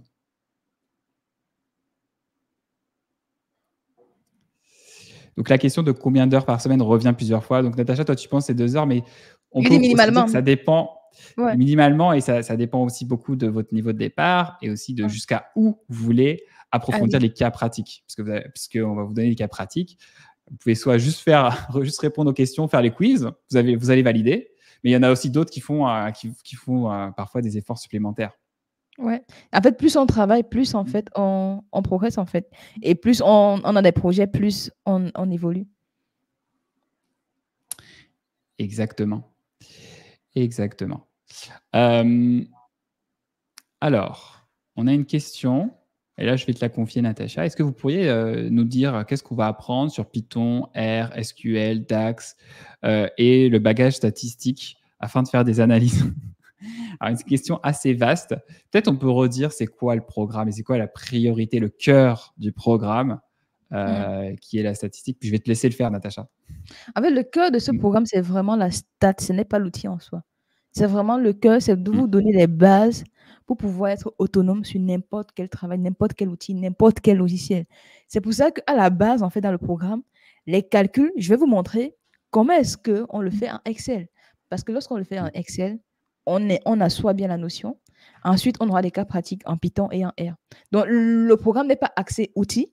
Le programme est axé méthodologie de travail, les bonnes pratiques. Et on vous donne aussi, vous avez dans les masterclass, on a par exemple des masterclass en Python, on a des masterclass en R, pour vous donner les outils nécessaires. Ça, on va vous donner tout ce qu'il faut pour pouvoir démarrer sur ces outils-là. Mais le cœur de ce programme, c'est maîtriser les statistiques. Et on commence toujours Excel. Et comme j'ai dit, R, c'est le logiciel de choix. Lorsqu'on fait des stats, je vais vous montrer comment on applique les méthodologies en R et en Python. En fait, pour compléter ou le dire autrement, vous avez la stat secrète, c'est vraiment la méthode qui compte, même si vous allez avoir des applications dans divers langages. C'est plutôt l'aspect méthode qui prime. Tandis que les masterclass, là, on va mettre les mains dans les outils.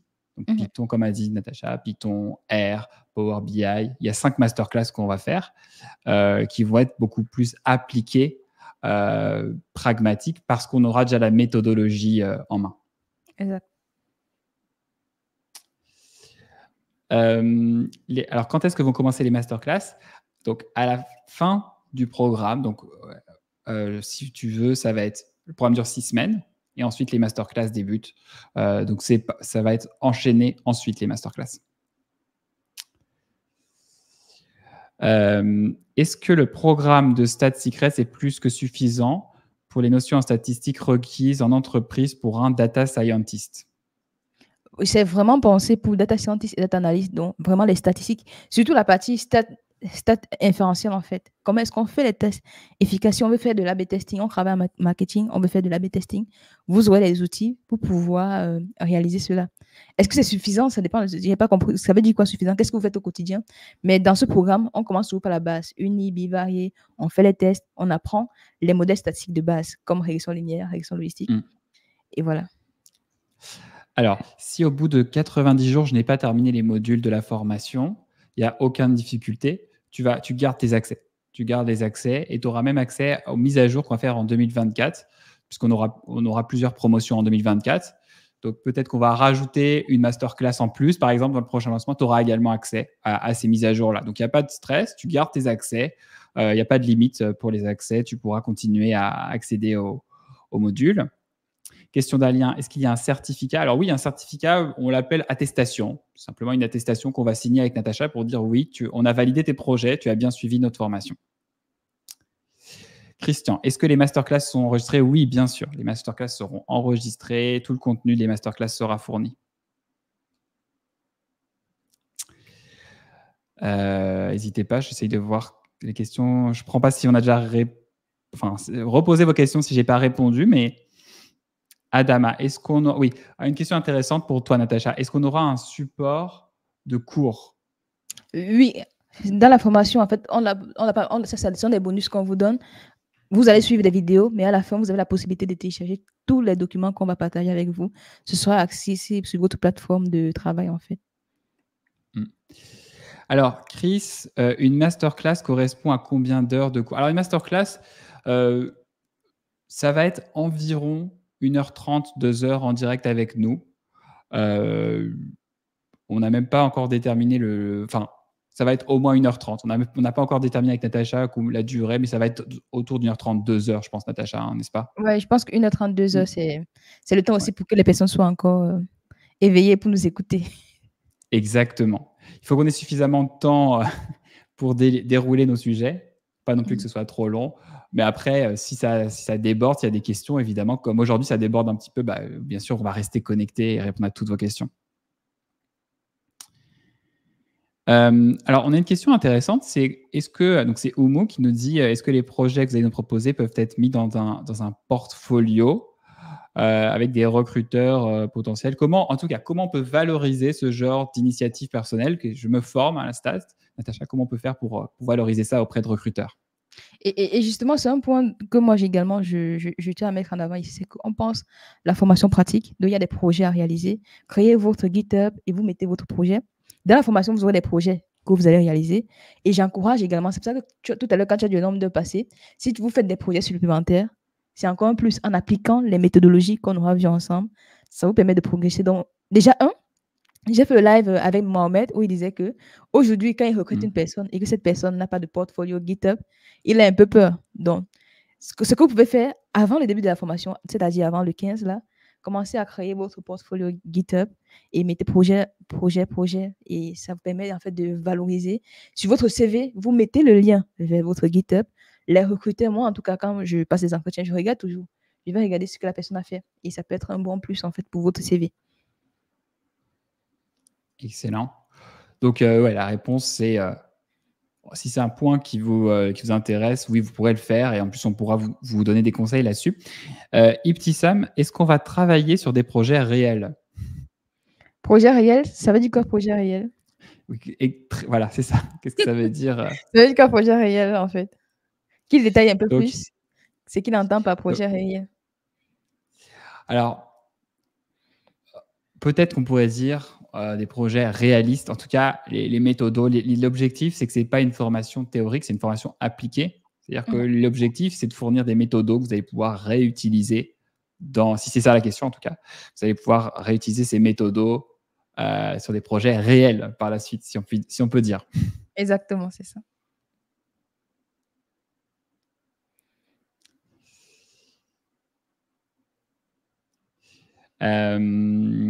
Alors, n'hésitez pas, hein, s'il y a d'autres questions, je suis en train d'essayer de les tracer.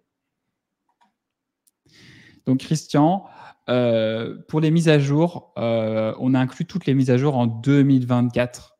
C'est l'engagement qu'on vous donne. Voilà. Au-delà de 2024,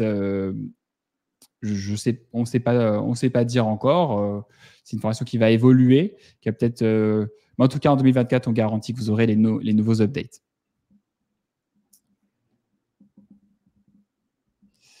Mais de toute façon, dans tous les cas, tous les supports, vous gardez vos accès, même au-delà de 2024. Je ne sais pas si c'est clair. Dites-moi si j'ai répondu clairement à la question. Ouais. En tout cas, les accès à la formation qu'on développe, qu'on partage avec vous, c'est à vie. Donc, vous aurez toujours accès à ça. Les mises à jour sont garanties jusqu'à la fin de l'année 2024. Donc, garantie qu'on va mettre à jour. Et vous aurez toujours accès à ces mises à jour-là. Alors, une question un peu spécifique, Chris. Est-ce que le DAX va être abordé sur Power BI? Oui, au cours d'une masterclass, on va parler du DAX. Par contre, au sein de la formation, la méthodologie, on ne va pas utiliser le DAX. On va utiliser des outils plus courants, on va dire, pour faire des stats.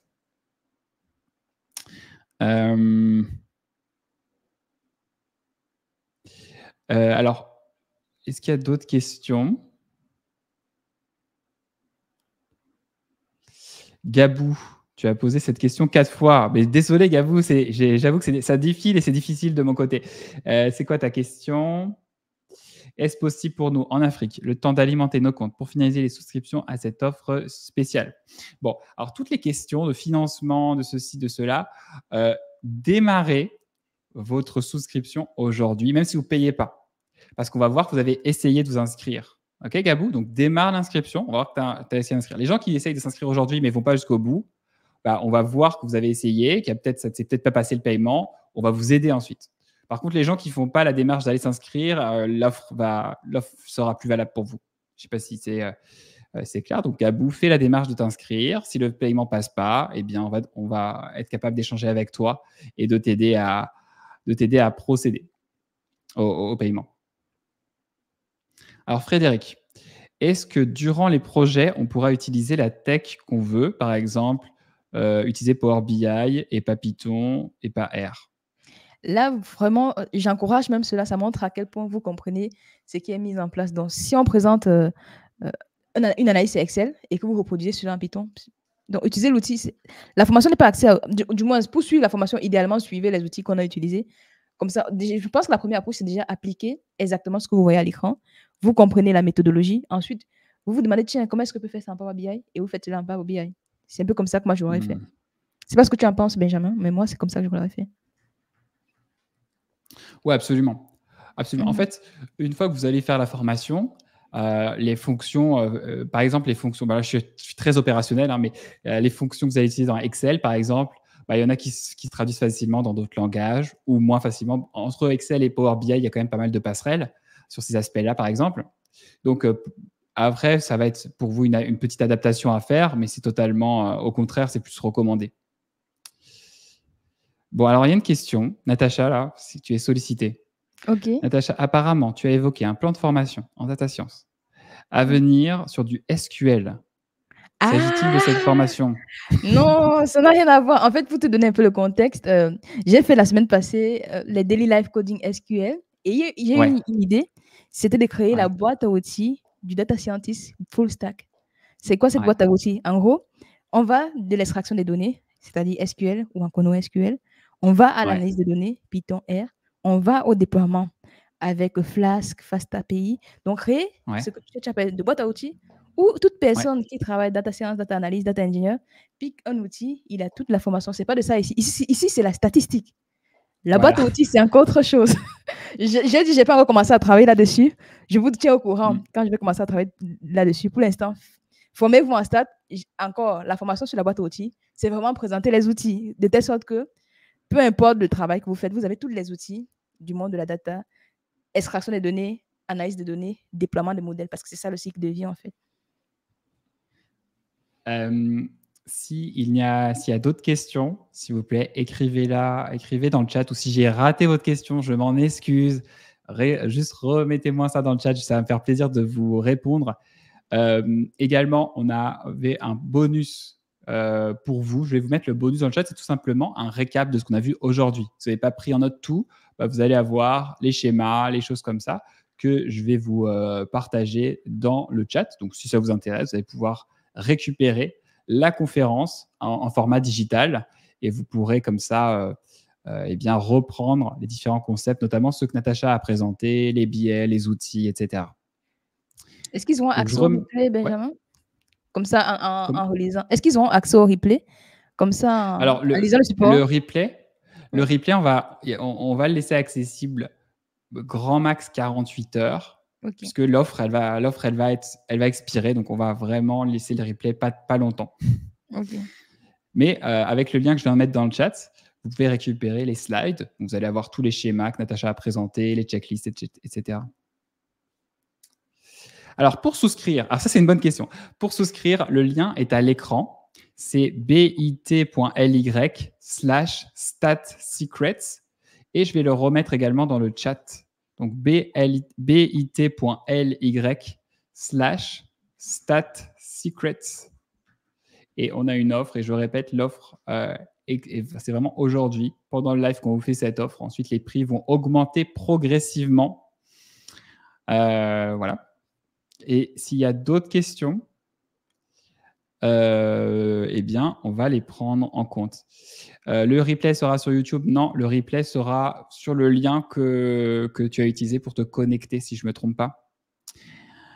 Natacha, est-ce que c'est une formation avancée en statistique pour quelqu'un qui a déjà des bases? Alors, il faudrait que tu nous précises c'est quoi tes bases, mais Natacha, qu'est-ce que tu en penses? Là, le contenu, comme je le dis, c'est une formation pratique qui vous donne des outils pour pouvoir déjà décrire les données. On appelle des stats descriptifs univariés. Comment est-ce que j'arrive à comprendre les liaisons entre les variables, les erreurs à ne pas commettre? On va parler des tests statistiques sur la formation. Quand choisir le bon test? Comment est-ce qu'on fait dans la pratique pour pouvoir valider nos hypothèses avec les tests statistiques? Donc voilà encore un module. On va parler des modèles stats de base. Donc, j'ai bien dit modèle stats de base, c'est-à-dire régression linéaire et régression logistique. Et on va introduire la notion de série, donner les secrets pour analyser les séries temporelles. Donc, voilà le programme. Donc, si de ton côté, ces notions ne te sont étrangères, le programme est fait pour toi. Mais par contre, si tu les maîtrises déjà et qu'il y a d'autres notions que tu souhaites développer, peut-être ça sera dans d'autres formations. Alors, je n'ai pas parlé par ici d'ACP, AFC, ACM et autres. Donc, voilà. Adama nous demande est-ce qu'on va aborder les tests multivariés? Tests multivariés? On va parler des tests statistiques. Il appelle quoi test multivarié? Multivarié, on va parler de la régression linéaire, qui est le modèle justement qui permet d'analyser les relations multivariées entre les variables. Si c'est de ça qu'il parle, oui. La semaine 5, réaliser des prédictions de qualité. Là, c'est multivarié. C'est Peut-être qu'il peut préciser c'est quoi multivarié pour lui, le test multivarié. Ouais, exact. Tu vas pouvoir nous préciser ça. Je vous remets le lien. J'ai mis un autre lien. C'est le même lien. Pour ceux qui avaient un bug sur le lien Bitly, je vous mets un autre lien si vous souhaitez, rejoindre. Et ben, écoutez, on va encore prendre quelques questions. Et puis, vous avez de toute façon jusqu'à ce soir encore pour rejoindre. Si jamais il y en a peut-être qui sont aussi en déplacement ou qui n'ont pas pu encore souscrire. Mais je vous remets le lien dans le chat. Là, je vous ai remis le planning de formation, donc les 6 semaines de formation, les masterclass également, notre support. Et puis, je rappelle, vous avez le satisfait ou remboursé 90 jours. Donc voilà, s'il y a quoi que ce soit, rejoignez. S'il y a quoi que ce soit, on pourra vous rembourser. Donc, on prend encore peut-être une ou deux questions s'il y en a. Et en tout cas, écoutez, on est encore plus de 100 dans la salle. Donc, merci à ceux qui sont restés jusqu'au bout. Ouais. C'était un plaisir de vous retrouver encore une fois en direct. Alors, Gisèle nous dit téléchargement ne marche pas. Gisèle, il va falloir que tu précises un petit peu qu'est-ce qui ne marche pas. Normalement, tu as un bouton pour venir télécharger, le PDF. C'est un document PDF que tu peux récupérer. Pour les questions sur les financements, pour l'instant, avec l'offre en cours, il n'y a aucun financement possible. Avec ce tarif-là, il n'y a aucun financement. Pôle emploi, CPF, ça va pas fonctionner sur cette offre-là pour répondre aux questions qui se sont posées à ce sujet. Donc, une question, c'est pour la data science, est-ce que cette formation est recommandée? Allez, je vais répondre. Natacha, tu me corriges.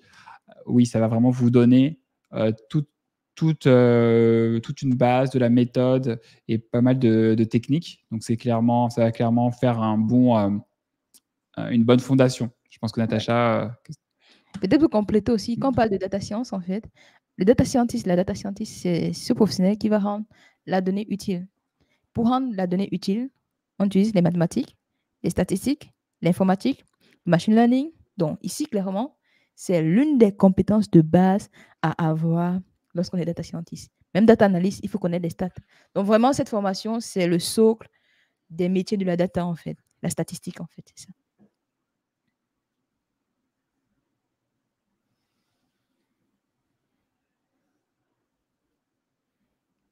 Excellent. Eh bien, écoutez, pour récupérer le bonus du jour, je remets le lien. Vous êtes plusieurs à poser la question, donc je remets le lien juste en dessous du chat. Je vais l'afficher, bit.ly/slide 7 février. Donc, si vous allez là-dessus, normalement, je vais juste tester si le lien fonctionne.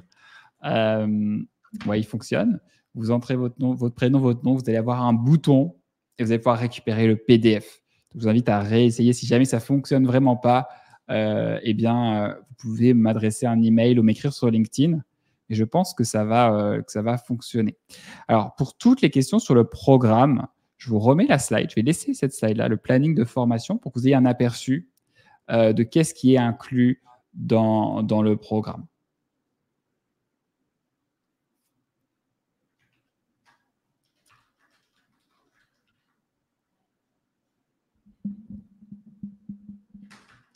Excellent.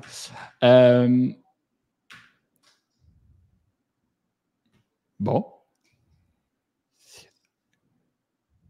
S'il y a d'autres questions, de toute façon, on va rester disponible. Je vais mettre mon email, mais vous pouvez aussi nous retrouver, que ce soit moi ou Natacha, vous pouvez très bien nous retrouver facilement sur LinkedIn si vous avez la moindre question. Mais je mets mon email. Si jamais il y a des questions, vous voulez m'écrire par email, vous ne gênez pas pour m'écrire on pourra vous répondre. Et je remets à nouveau le lien pour ceux qui souhaitent rejoindre StatSecrets. On espère vous retrouver nombreux quand on va débuter le programme le 15 février. On espère retrouver un maximum de personnes dans notre programme. Et un grand merci tout le monde. On est encore quasiment 120 connectés. Donc, merci beaucoup d'être resté dans la salle. À nouveau, s'il y a des questions, vous nous écrivez, que ce soit sur LinkedIn. Vous avez nos noms qui s'affichent, je pense, ou je vais les afficher juste avant qu'on quitte. Je vais les afficher. Comment je vais faire ça? un petit instant. Hop. Donc, vous avez notre nom qui s'affiche à l'écran si vous voulez nous trouver sur LinkedIn ou par email. Je vous ai mis mon email dans le chat. Et voilà, on espère vous retrouver très nombreux. Voilà, j'ai parlé beaucoup là. Je vais laisser le mot de la fin. Oui, j'arrive même plus à parler. Je vais laisser le mot de la fin à Natacha. Ok, en tout cas, vous avez vu le. Merci déjà à tous et à toutes d'avoir assisté à ce live. C'est un plaisir pour moi de partager déjà les 3 secrets pour pouvoir réussir ces analyses de qualité. On a parlé de la démarche de qualité. On a parlé de la démarche en 7 étapes. On a parlé des biais à éviter, le paradoxe de Simpson, n'oubliez pas, le p-hacking et autres. On a parlé des outils. R, c'est mon outil de cœur pour faire des statistiques. Et enfin, rejoignez-vous, nous, si vous souhaitez renforcer vos connaissances. Le lien, il est valable. L'offre qu'on vous propose aujourd'hui, c'est valable uniquement aujourd'hui. Donc, les prix vont augmenter progressivement. Et moi, c'est satisfait ou c'est avec Benjamin. 90 jours, si vous avez suivi le programme, vous avez fait les exercices et qu'à la fin, vous n'êtes pas satisfait, envoyez un petit email et on vous rembourse sans souci. Donc, n'hésitez pas à rejoindre nous aujourd'hui et à très bientôt, du coup, pour d'autres aventures. Parfaite conclusion. Merci beaucoup, Natacha. Merci beaucoup pour tes conseils aussi. Puis à très bientôt. On vous retrouve également dans d'autres conférences par la suite. Génial. Bonne soirée à tous. Bonne soirée.